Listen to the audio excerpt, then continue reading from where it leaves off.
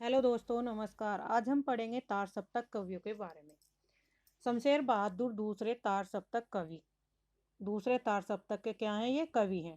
तार सप्तक 1943 ईस्वी में संकलित कवियों का वर्णन। इन तार सप्तकों का संकलन किसने किया था? तो अगे ने किया था। अगे ने तार सप्तक कवियों को राहों का अन्वेषी भी कहा है। तार सप्तक 1943 में इसमें कवि हैं सच्चिदानंद हीरानंद वात्स्यायन आगे। ये इनका क्या है? आगे का पूरा नाम है।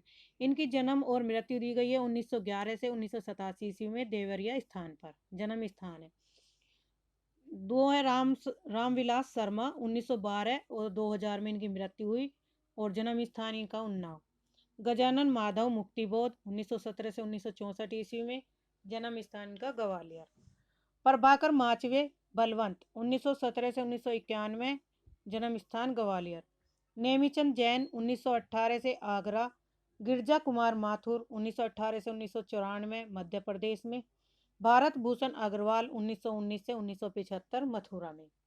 अब इनकी ट्रिक है याद करने की। तार सप्तक कवियों की ट्रिक। अरामू माँ ने माँ भारत। अरा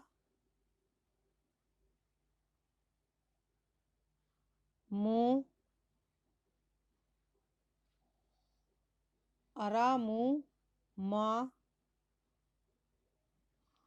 ने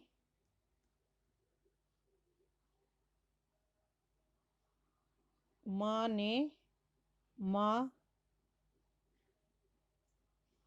अरामू माँ ने माँ भारत भूषण अग्रवाल। भारत भूषण अग्रवाल।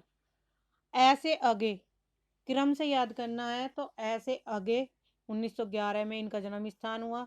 रामविलास शर्मा, रा से रामविलास शर्मा और माँ से माँ माधव, गजानन माधव मुक्तिबोध, तो मुंह से मुक्तिबोध।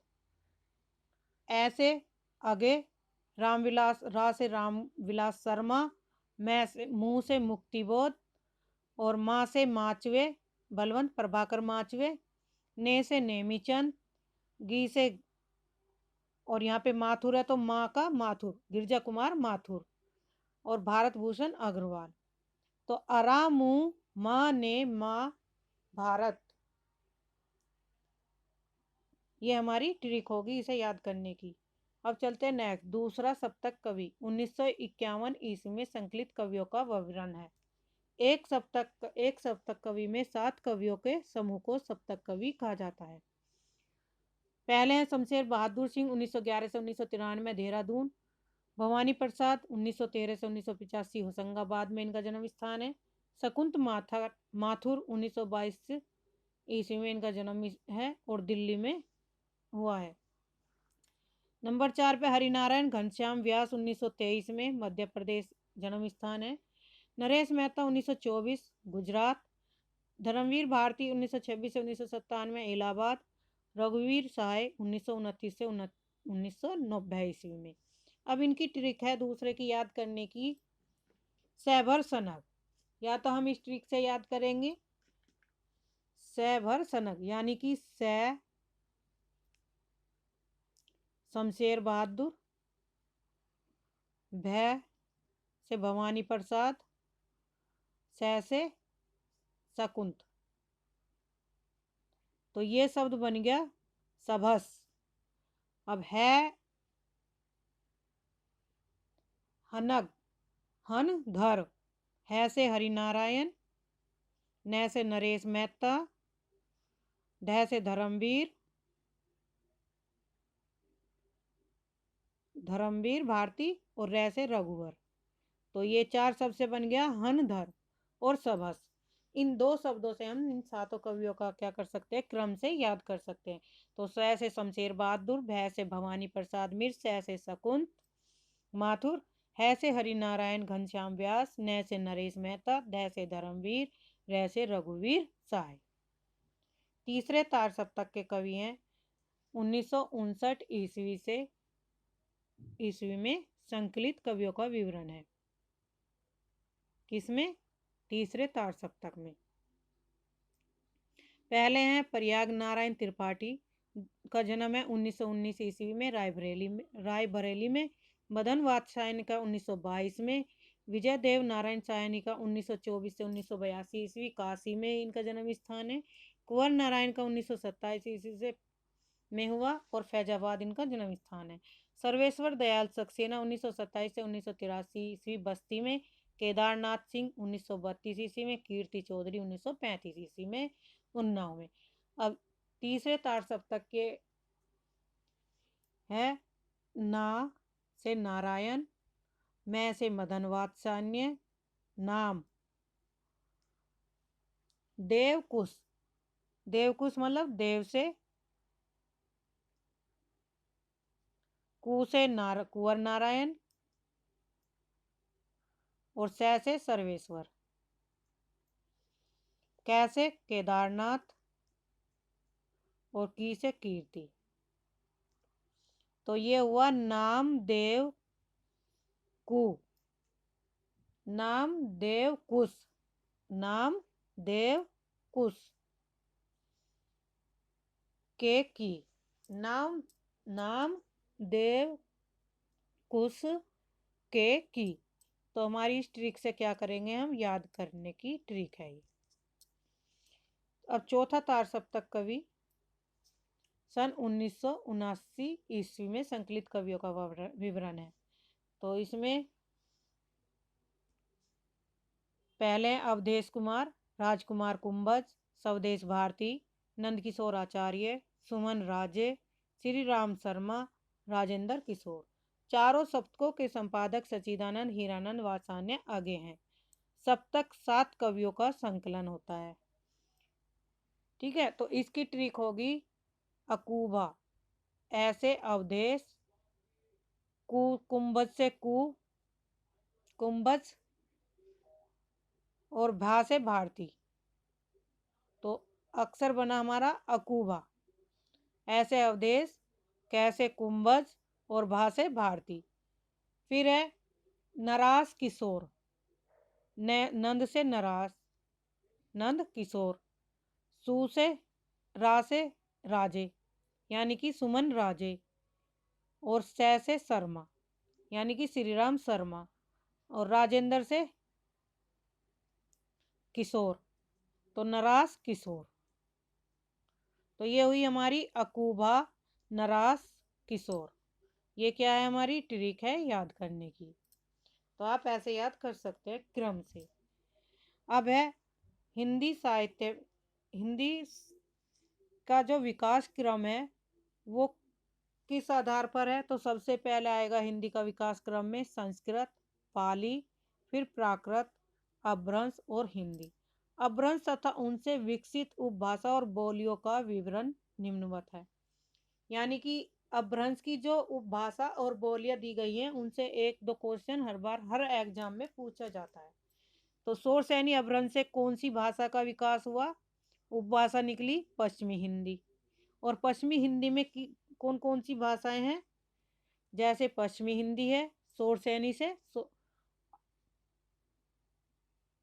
सोरसैनी अपभ्रंश से कौन कौन सी उपभाषाएं निकली है, पश्चिमी हिंदी निकली है, राजस्थानी, पहाड़ी और गुजराती। यानी कि ये 4 उपभाषाएं सोरसैनी अपभ्रंश से निकली हुई है। अब क्या है, पश्चिमी बोली, बोली कौन सी पश्चिमी हिंदी में कौन सी बोली बोली जाती है, तो खड़ी बोली। खड़ी बोली को कोरवी बोली भी कहा जाता है। ब्रजभाषा, हरियाणवी या बांगरू, बुंदेली और कन्नौजी।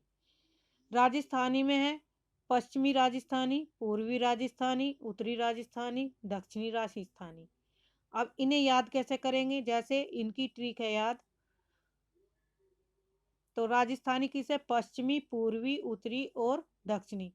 तो पहली है मारवाड़ी, तो पहले से क्या बनेगा, माँ। दूसरी कौन सी है, जयपुरी, जय। तीसरे पे है में और चौथे पे है माँ। तो यह कह रहे हैं माज में माँ, माज में माँ। तो माँ से मारवाड़ी, जय से जयपुरी और रा से मे से मेवाती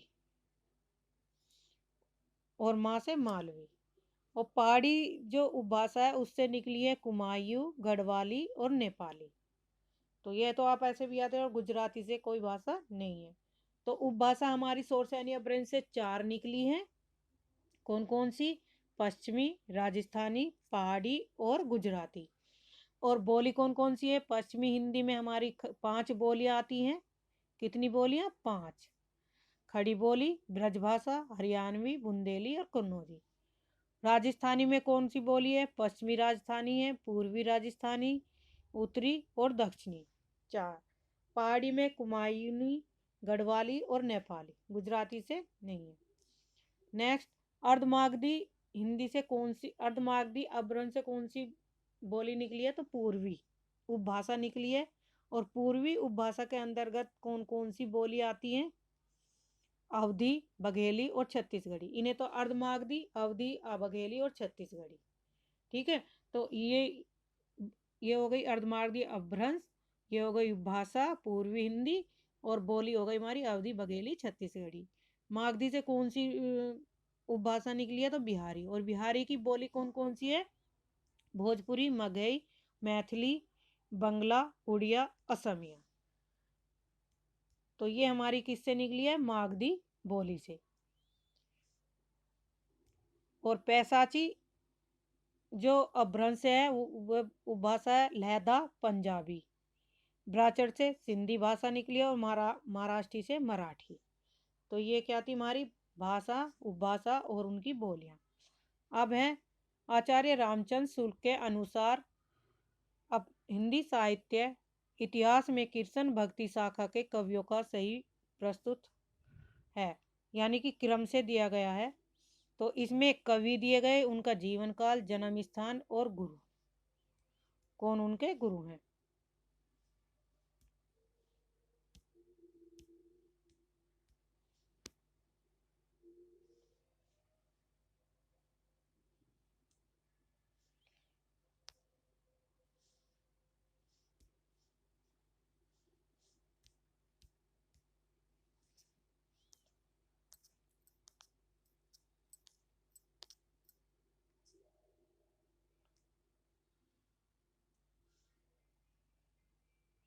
तो इसमें दिए गए कृष्ण भक्ति काव्य के कवि, तो सबसे पहले हैं कुंभन दास, 1468 ईस्वी से 1583 ईस्वी में। जन्म स्थान इनका जमुनावती उत्तर प्रदेश में हुआ। गुरु बल्लभाचार्य थे। यानी कि इसमें 4 शिष्य क्या है। अष्टचाप कवियों की स्थापना किसने की थी? तो विठलनाथ ने की थी सन 1865 ईस्वी में। सन 1865 ईस्वी में अष्टचाप के कवियों की स्थापना की थी, जिसमें 4 कवि बल्लभाचार्य के शिष्य हैं और 4 विठलनाथ जी के शिष्य हैं। तो इसमें 4 है कुंभन दास, सूरदास। सूरदास का जन्म 1478 से 1583 ईस्वी में। परमानंद दास का 1493 ईस्वी से। कृष्ण दास का 1496 से 1578। गोविंद स्वामी का 1505 से 1585। छीत स्वामी का 1515 से 1585। चतुर्भुज का 1530 से 1585। और नंददास का 1533 से 1583 ईस्वी। कुंभन दास का जन्म स्थान है जमुनावती उत्तर प्रदेश में हुआ। सूरदास का सिही उत्तर प्रदेश। परमानंद दास का कन्नौज उत्तर प्रदेश। कृष्ण दास का चिलोत्रा गुजरात में।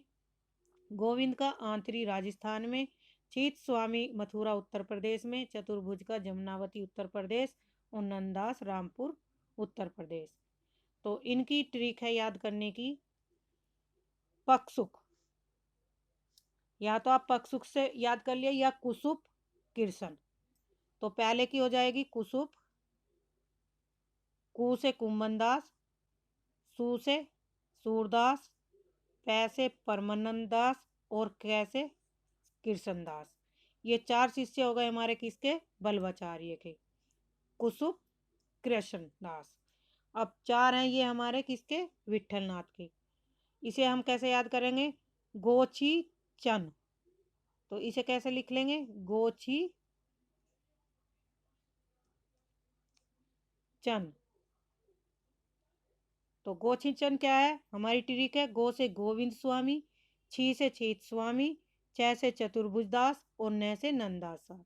ये हैं 4 शिष्य विठलनाथ के।